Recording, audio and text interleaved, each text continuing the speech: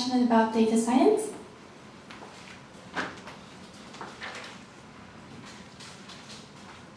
We can go straight to this. Okay. So hi everyone, my name is Justyna and I'm a third-year applied mathematics student at the University of Aberdeen. And as you can see on the badge here, I was also a GHC scholar this year. So I'm here to provide a bit of a student as well as a scholarship recipient perspective on the conference. So why exactly have I decided to attend GHC? Well, first of all, out of all my mathematics and computing science classes, and there were 18 of them so far, I've had exactly one female lecturer, so that's not exactly an abundance of female role models. Also, when you're studying mathematics, people are just going to assume that you're going to becoming a teacher, and that's not something I wanted to do. So I knew I had some ideas about my future, and I knew I wanted to work with technology, but I wasn't exactly sure what else I wanted to do. So I felt that GHC would be a great opportunity for me to explore my career options, and also finally to just meet other students like myself and some women working in technology. Now, if you are a student yourself, or if you know someone who is currently a student, you might be interested in knowing how to become a scholar yourself. So the application process is pretty straightforward. It opens in January and it closes in early March. You will need your CV. It can be in a standard UK format, mine worked that way. And then you will need your academic transcript with all your grades, and finally an academic recommendation from either a lecturer or a tutor. What's important here is it needs to be submitted before the deadline as well. And finally, you will need to answer 2 essay questions. And they both have a limit of 200 words, so it's not like you're writing pages and pages of content, so don't worry about that. The first one will focus on your motivation to attend GHC, and the second one on how you're going to share your experience with others in your community. Now, I can't be exactly sure why I was chosen to be a scholar, but I suspect it's to do with my volunteer work. So for the past year, I've been volunteering with Silver City Surfers, which is a charity dedicated to helping those over 55 with basic computing skills. So while the work does come with some challenges, like trying to understand the Aberdeen accent of a 70-year-old, there's nothing more rewarding than seeing a group of older ladies searching for knitting patterns on Pinterest and then selling their crafts on Facebook Marketplace when they started with how to turn on a computer. So in addition to our regular sessions, we do organize a bunch of tech talks and workshops.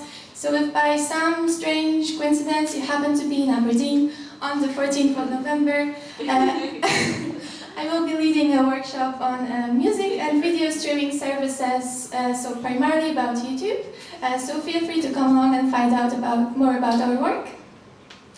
So if there's just one thing that I have learned from volunteering there, it's probably this. Let me explain. So you know how most of us have probably learned how to use technology when we were children or were pretty young. And when you're a child learning something for the first time, you usually make a mess, you destroy things, you break everything. But then eventually, at some point, you move on and then you learn how to do it. Same for me. When I got my first smartphone, it seemed almost natural to just click everything, maybe break 1 or 2 things, and just see what happens. It could not be more different for our learners. When they do something even relatively straightforward for us, like taking a picture, they need step-by-step instructions, usually written on paper, and preferably with pictures. And they need to be told what each single thing does on the screen before they try anything. So it is very, very difficult for them to get rid of that fear of trying new things. So this is definitely a lesson that I've tried to incorporate into my own life, that I should not be scared of breaking things because it's the only way I'm going to learn. Now going back to my own experience at GHC, here are some of the highlights. So if there is just one session that you have to go to, it's the keynotes. It is definitely a one-in-a-lifetime experience to be able to listen to those inspiring women and be one of the thousands excited women technologists in the crowd. So if for some strange reason you haven't watched it yet, just make sure you do it. They are all available online. It's actually a video, so if...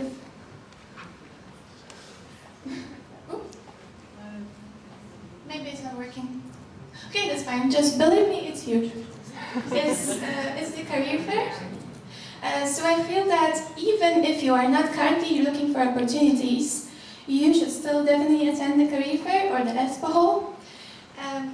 Even if it is just to get tons and tons of free stuff, and you will get tons, that's probably one of the reasons why most people recommend taking the biggest suitcase you own and like packing halfway through, or maybe like a third.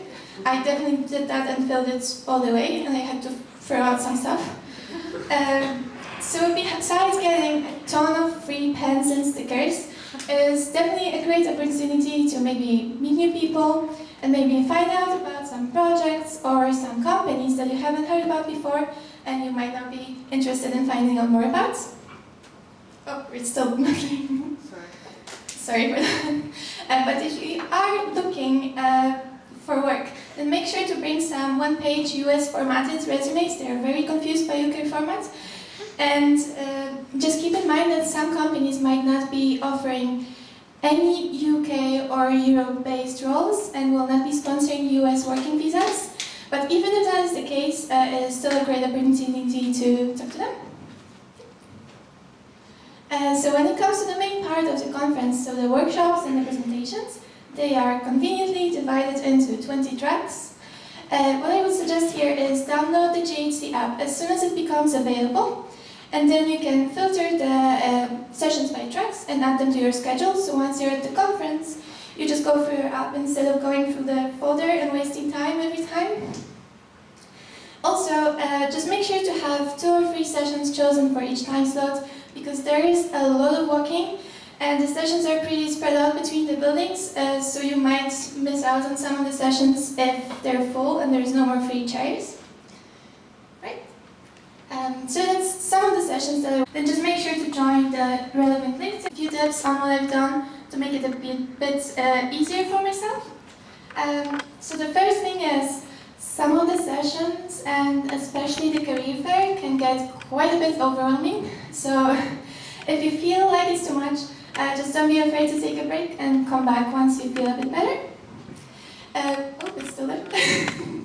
Sorry. Also, I've made it a point to talk to random people in queues or just sitting next to me or walking by me. GHC is probably one of the best places to try that. There's no creeps there, so...